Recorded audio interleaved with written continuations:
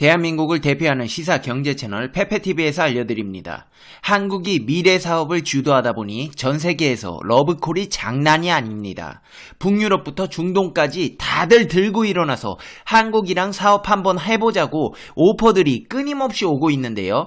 이는 영국도 예외가 될 수 없습니다. 영국은 적극적인 구애로 한국과의 협력을 꾀하고 있는데요. 이를 안이 꼽게 본 다른 나라들이 가만히 있을 리 없습니다. 하나의 중국을 외치며 전 세계의 머리 위에 올라서겠다는 중국이 막강한 자본력으로 영국에 침투하고 있습니다. 블랙시트에 따른 혼란으로 영국 경제와 산업 전반이 흔들리는 틈을 타서 중국 기업과 자본의 존재감이 커지고 있습니다. 중국은 막강한 자본을 쏟아붓다가 자기들 마음에 들지 않는 행동을 하는 나라에 투자를 중단하는 형태로 세계 시장을 잠식시키려 하고 있습니다.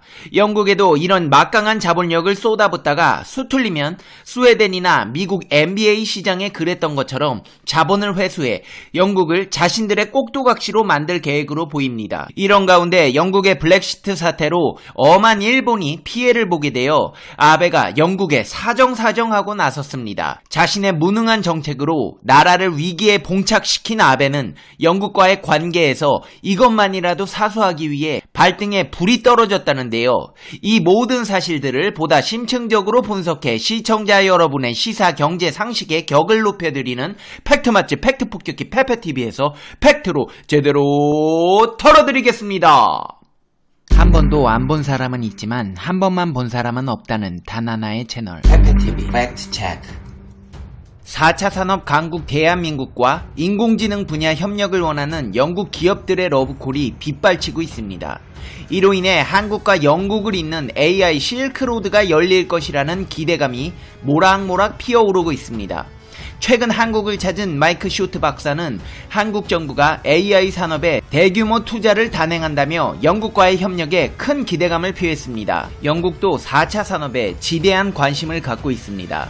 이는 영국 정부가 10억 파운드, 약 1조 5,200억 원을 AI와 빅데이터에 투자한다는 사실에서 알 수 있습니다. 영국 국제통상부 과학분야 수석고문인 마이크 쇼트 박사는 양국 대학을 시작으로 다양한 협업 사례가 나올 것이라고 예상했습니다. 그는 5G에 AI를 접목하면 사회적 혜택을 극대화할 수 있다고 진단했습니다. 영국 기업도 이 같은 바람으로 한국 정부 기업을 향해 손을 뻗습니다.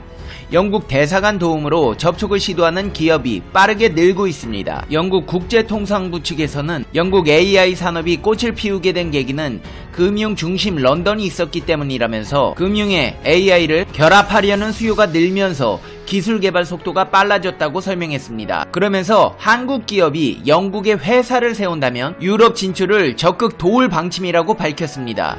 유럽은 금융에 더해 헬스케어, 기후 변화 분야 기업이 성장하는데 필요한 시장 수요가 풍부하다고 진단하고 있습니다. 영국의 데이터 관리 회사는 이런 양국의 발전된 기술들로 협력하고자 하는 바람들은 이미 현실화되어 가고 있습니다. 영국의 데이터 관리 회사 KX는 국내 금융기업과 협업을 앞두고 있습니다. 금융거래를 시점별로 나눠 시각화, 시계열에 따른 데이터 변화를 한눈에 보여주는 기술을 보유했습니다. 데이터에 오류가 발생하면 곧바로 수정할 수도 있습니다. AI 클라우드 전문기업 아바네이드도 협력할 국내 은행을 찾습니다. 기존 은행을 디지털화, 카카오뱅크와 같은 혁신 금융 서비스에 맞대응할 경쟁력을 높여줄 목표입니다. 한국의 자체 데이터 센터를 구축할 계획입니다. 영국의 제조기업인 어터베리에서는 5G 기반 AI 무선 스마트 센서를 만듭니다. 건설이나 측량에 주로 쓰이고 온도, 습도, 압력 등을 실시간 측정합니다. 시설물에 부착하면 하자 보수 시점을 알려줍니다. 영국 크로스레일 철도 노선 테임즈 타이드웨이 터널 공사 프로젝트에 활용되었습니다. 어터베리 대표 또한 한국은 네트워크, 영국은 AI 투자에 적극적이라면서 한국 네트워크 기업과 파트너십을 맺고 싶다고 전했습니다. 스마트시티 동맹군을 구하는 업체도 있습니다. 쿠마르데브 채터지 M&라이프 대표는 한국은 다수 스마트시티 전략을 수립했다며 한국 정부 로드맵에 동참하는 것은 물론 스마트 팩토리, 사물 인터넷 전문 기업을 만날 예정이라고 밝혔습니다. 언맨드라이프는 세계 최초로 5G 통신을 이용 자율주행 소프트웨어를 개발했습니다. 소프트웨어 플랫폼 제품은 로봇 간 협력 및 관계를 가능하게 합니다. 스마트 시티가 본격화되면 주목받을 기술로 관측되고 있습니다. 그는 삼성, 현대차, SK텔레콤과 이미 접촉했다며 통신, 사물인터넷, 스마트시티 분야 협업이 가속화될 것이라고 밝혔습니다. 영국과 연합전선은 금융산업 전반으로 확대될 전망입니다. 영국 국제통상부는 국내 AI 산업 발전 전략에 대해서도 조언을 했습니다.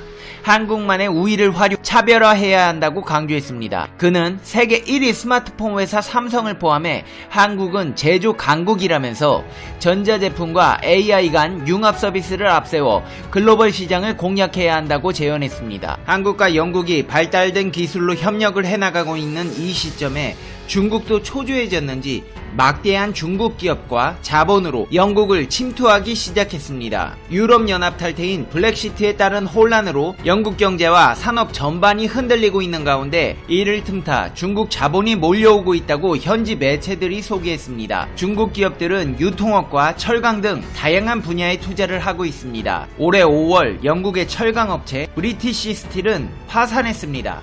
파산한 철강업체 브리티시 스틸을 인수 대상으로 중국 징해그룹의 이름이 거론됐을 때 영국 언론 매체들은 4,000명의 직원 일자리가 보호된다고 보도했습니다. 영국의 과거 영광을 상징하는 기업이 중국에 구제받는 형태가 되었지만 현지 언론은 일자리가 지켜진 것만으로도 호의적인 반응을 보였습니다. 브리티시 스틸이 파산한 이유는 브렉시트 불확실성으로 수주가 줄어든 것이 주요 이유입니다.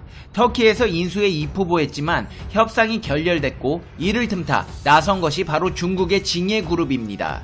징해는 향후 10년간 12억 파운드 약 1조 8,142억 원을 투자한다는 계획을 제시하고 있습니다. 브렉시트 불확실성에 파산하고 중국에 먹혀버린 영국 기업은 또 있습니다. 단체 여행의 원조이자 철도 시간표로 유명하며 여행자 수표의 선구자로 알려진 178년 역사를 자랑하는 세계에서 가장 오래된 여행사 토머스 쿡입니다. 호텔과 항공사도 거느리고 있었지만 실적 악화로 9월에 파산해버렸습니다. 회사는 사라졌지만 브랜드는 최대 주주였던 중국 푸싱그룹에 넘어가 명맥을 이어가고 있습니다. 푸싱은 토마스 쿡의 상표와 도메인 이름, 소셜미디어 계정, 호텔, 카사쿡 브랜드 등을 1,100만 파운드에 인수했습니다. 푸싱은 유서 깊은 브랜드 인수를 통해 중국인의 해외여행을 더욱 성장시킬 것이라고 포부를 밝혔습니다. 이런 현상을 종합해봤을 때 영국이 브렉시트 혼란으로 제조업을 중심으로 기업 활동이 정체되자 징해와 푸싱 등 중국 기업이 이를 좋은 타이밍으로 보고 인수에 적극적으로 나선 것입니다. 이미 중국 기업 존재감은 이전부터 영국에서 적지 않았습니다. 대표적인 사례가 바로 통신 부문입니다. 영국 통신사들은 거의 전부 중국 통신장비 업체 화웨이 테크놀로지의 기지국을 쓰고 있습니다. 미국은 안보상의 우려를 이유로 동맹국들의 화웨이 배제를 요구하지만 영국은 아직 응하지 않고 있습니다. 영국 통신업계에서는 이미 사용하는 기기에서 분리하려면 비용이 들기 때문에 현실적이지 않다며 정부에 화웨이 제품을 배제하지 말 것을 요청하고 있다는 입장을 표명하고 있습니다.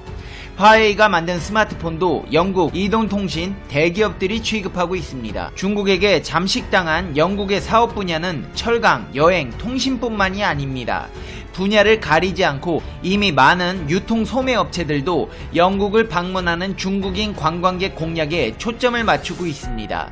중국인 단체 관광객이 버스로 와서 제품을 휩쓸어가는 현상이 런던 곳곳에 쇼핑센터에 벌어지자 쇼핑 편의를 위해 곳곳에는 중국어로 된 가격표까지 세워놨습니다. 한국의 사드 배치로 사실상 단체 관광 규제를 하고 있는 중국인들이 한국 대신 유럽, 미국 등 다양한 나라로 다변화되고 있고 중국의 공격적 투자가 글로벌화되면서 이제는 어느 나라도 중국 자본으로부터 자유롭다고 말하기 힘들어졌습니다. 이런 와중에 영국과 일본 정부가 브렉시트 후 조기 경제연대협정 협상에 돌입할 방침입니다. 일본은 EU와 맺은 관세 우대 조치를 맺고 있습니다.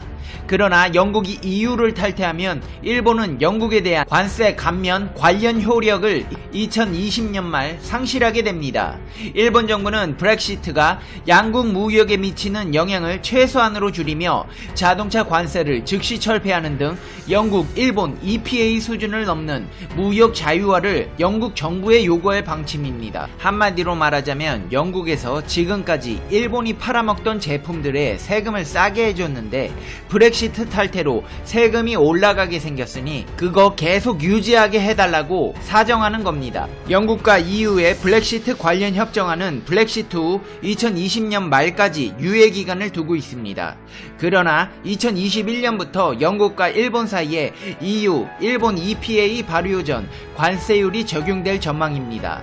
예를 들어 일본이 EU 영내로 수출하는 승용차의 관세는 EPI 발효에 따라 10%에서 8.8%까지 떨어졌습니다. 그러나 2021년부터는 영국에 수출하는 자동차에 다시 10%의 관세가 붙게 됩니다. 다수의 자동차 부품에 대한 관세도 3%에서 8%까지 상승하게 됩니다. 이에 따라 발등에 불이 떨어지게 된 일본은 어떻게든 세금 면제 받아보려고 새로운 협정을 상정해 2021년 1월 1일 발효를 목표로 협상할 방침입니다. 이 와중에 잉글랜드 프리미어리그 축구클럽 리버풀에서 한국을 기만했다고 합니다. 우길기를 이용한 영상을 올렸다 사과한 지 하루 만에 또 다른 우길기 이미지를 SNS에 올렸기 때문입니다. 리버풀은 SNS에 창단 이후 처음으로 클럽 월드컵에서 우승한 리버풀의 위르겐 클롭 감독 사진을 올렸는데 일본의 제국주의를 상징하는 전범기를 떠올리게 하는 배경입니다. 사과 전 우길기가 들어간 홍보 영상을 올렸다가 한국 팬들의 항의에 삭제하고 사과문을 올린 지 겨우 하루 만에 일어난 일입니다. 이 사과문 역시도 논란인데요. 공식 계정이 아닌 SNS에만 올린 데다 한국 IP, 즉 한국에서 접속한 인터넷에서만 볼 수 있었기 때문입니다. 한국 축구 팬들의 분노가 커지는 상황에 해외 매체의 관심도 커졌습니다. 사실 유럽 축구장에서의 전범기 논란은 이번이 처음이 아닙니다. 많은 유럽 사람들이 전범기에 대한 인식 자체가 없다고 봐도 무방한 상황인데요. 리버풀 측은 지금 이 시각까지도 사과도 해명도 하지 않고 있습니다. 이제 페페TV의 결론 듣겠습니다. Conclusion. 페페TV. 리버풀이 한국인들 그냥 먹여버리네요. 한 번이야 실수지만 연달아 2번 올리는 건 그냥 매긴다고 볼 수밖에 없습니다. 독일 같은 경우는 1945년 패전한 뒤 유럽 자체에서 하켄크로이츠 사용을 금지했습니다. 특히 독일은 이른바 반나치법이라고 불리는 형법 제86조에서 하켄크로이츠가 그려진 깃발, 배지, 유니폼 등을 사용하면 3년 이하의 징역이나 벌금형에 처하도록 했습니다. 그거나 일본 전범기나 똑같은데 참 이건 교육이 안 돼서 그런가? 이런 건 독일처럼 그냥 국제법으로 정해버려야 합니다. 하여튼 리버풀 정말 실망이네요. 응원하는 팀은 아니지만 참 행보가 참 많이 그렇습니다. 페페TV 시청자 여러분은 어떻게 생각하세요? 페페TV는 여러분의 생각이 궁금합니다. 댓글로 여러분의 생각을 남겨주세요. 여러분 해피 뉴 이어! 한 해 동안 피곤하고 스트레스 받는 소식들이 많이 있었죠? 한 해 동안 잘 이겨내셨어요. 페페TV가 칭찬해드리겠습니다. 내년에는 원하시는 모든 일들이 기적처럼 이뤄질 거예요. 당신은 누가 뭐래도 최고입니다. 오늘도 항상 집안에 평안이 가득하시고 행복하시고 즐거운 날들이 되시길 응원하겠습니다. 밤에 너무 추워서 보일러 계속 틀면 난방비 폭탄 맞을 수 있습니다. 전기 난로와 전기 담요를 이용해 합리적인 난방으로 따뜻한 겨울 되시길 바라겠습니다. 그럼 다음 영상에서 봬요. 안녕.